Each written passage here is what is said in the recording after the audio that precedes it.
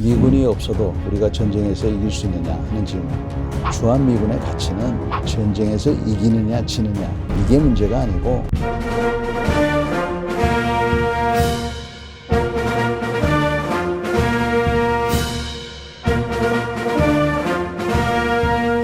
제가 오늘 재밌는 질문을 하나 받았습니다. 미군이 없어도 우리가 전쟁에서 이길 수 있느냐 하는 질문입니다. 그건 당연히 미군 없어도 우리가 전쟁에서 이기지 않겠습니까? 생각을 해보십시오. 우리가 북한보다 경제가 50배고 우리가 최첨단 무기들을 갖고 있는데 어떻게 북한에 지겠습니까?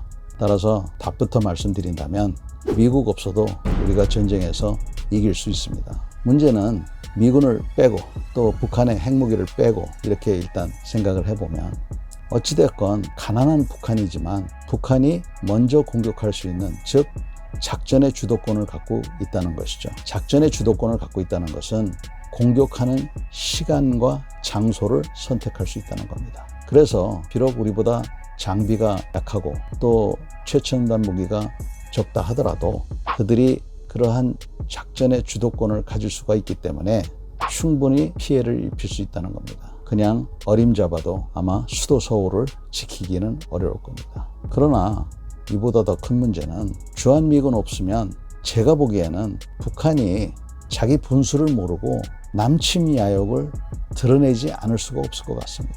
주한미군이 없으면 너무나 유혹이 커서 북한이 남침을 하지 않을까 이런 게 제 생각이죠.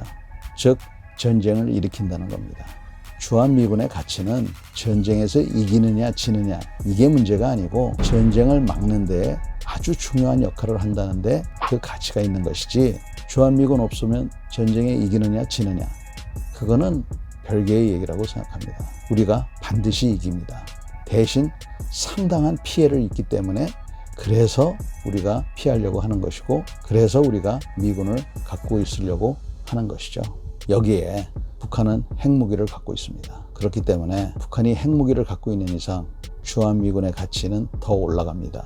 왜냐하면 미국이 제공하는 핵우산의 상징이 바로 주한미군이기 때문이죠. 만약에 주한미군이 우리나라에 오게 된다. 그리고 북한이 핵무기를 갖고 있다. 이런 상황에서는 결과적으로 우리도 핵무기를 가질 수밖에 없다 하는 것이 결론입니다.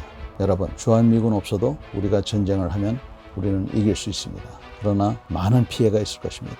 이 피해를 줄이기 위해서 우선 각계 병사에게 좋은 총에 들어가는 각종 사이트, 탄약, 장구류, 방탄복, 방탄모, 소부대 무전기, 폭약류 이런 거를 좀 주어야 우리가 피해를 최소화할 수 있습니다.